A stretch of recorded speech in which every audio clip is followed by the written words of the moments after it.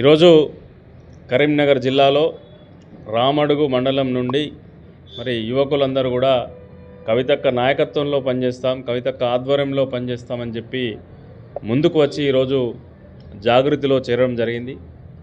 మరి వారందరికీ కూడా ఈరోజు జాగృతిలో చేరిన యువకులందరికీ కూడా మిత్రులందరికీ కూడా హృదయపూర్వకమైనటువంటి స్వాగతం తెలియజేస్తూ, ఎందుకంటే ఈరోజు మనం రాష్ట్రంలో జరుగుతున్నటువంటి పరిణామాలు చూసిన తర్వాత ఈరోజు అసెంబ్లీలో మరి ప్రజలకు సేవ చేయాల్సినటువంటి పాలకపక్షం ఈరోజు ప్రజల కోరికలను, ప్రజల ఆకాంక్షలను కాలరాస్తున్నటువంటి పరిస్థితుల్లో మరి ప్రభుత్వాన్ని ప్రశ్నించాల్సినటువంటి ప్రతిపక్షం ఈరోజు ప్రతిపక్షం బాధ్యతనే ప్రభుత్వం నుండి ప్రజలకు రావాల్సినటువంటి అవన్నీ కూడా రాబట్టడం.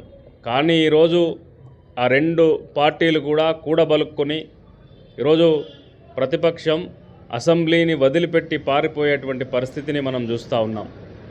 ఈరోజు కృష్ణా జలాల మీద జరిగినటువంటి చర్చలో తప్పకుండా ఈ ప్రభుత్వాన్ని, కాంగ్రెస్ ప్రభుత్వాన్ని ఎండగట్టేటువంటి పరిస్థితి ఉండే, కానీ అవేమీ మాట్లాడకుండా ప్రతిపక్షం పారిపోయినటువంటి పరిస్థితి మనం మొన్న జరిగినటువంటి అసెంబ్లీలో చూసినాం.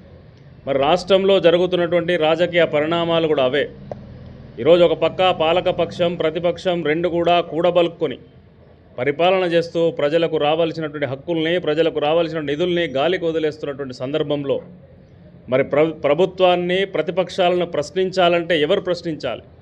ఈరోజు కవితమ్మ ఒక్కతే ఈరోజు కాంగ్రెస్ పార్టీని ఎదుర్కొంటూ, కాంగ్రెస్ పార్టీని ప్రశ్నిస్తూ ముందుకు కదులుతున్న పరిస్థితి మనం చూస్తూ ఉన్నాం.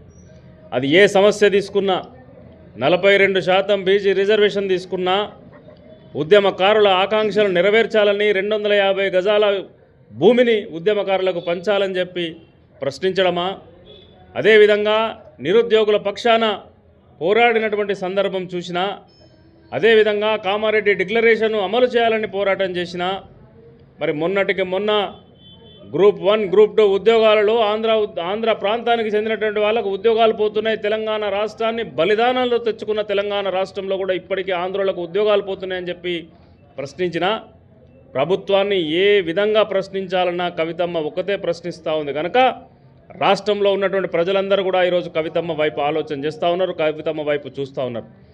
కవితమ్మ రావాలి, ఈ రాష్ట్రంలో రాజకీయ పార్టీ పెట్టాలి, కవితమ్మ ద్వారానే తెలంగాణ ప్రజలకు న్యాయం జరుగుతున్నటువంటి మాట.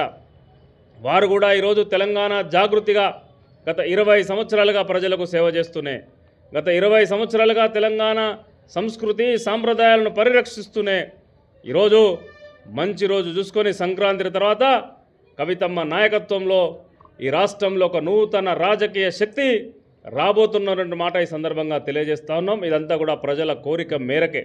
ప్రజలందరూ కూడా వారిని ఆహ్వానిస్తూ ఉన్నారు, రాజకీయాల్లో ఉండాలని చెప్పి కోరుతా ఉన్నారు, రాజకీయ పార్టీ పెట్టాలని చెప్పి కోరుతా ఉన్నారు. కనుక త్వరలోనే ప్రాంతీయ పార్టీ తెలంగాణ పేరుతో మరొక ప్రాంతీయ పార్టీ కవితమ్మ నాయకత్వంలో రాబోతూ ఉంది. కనుకనే ఈరోజు యువకులందరూ కూడా కవితమ్మ నాయకత్వం పట్ల విశ్వాసంతో జాగృతిలో చేరుతున్న విషయాన్ని ఈ సందర్భంగా తెలియజేస్తా ఉన్నా. గుంజపడుగు హరిప్రసాద్, జాగృతి జిల్లా అధ్యక్షులు, కరీంనగర్.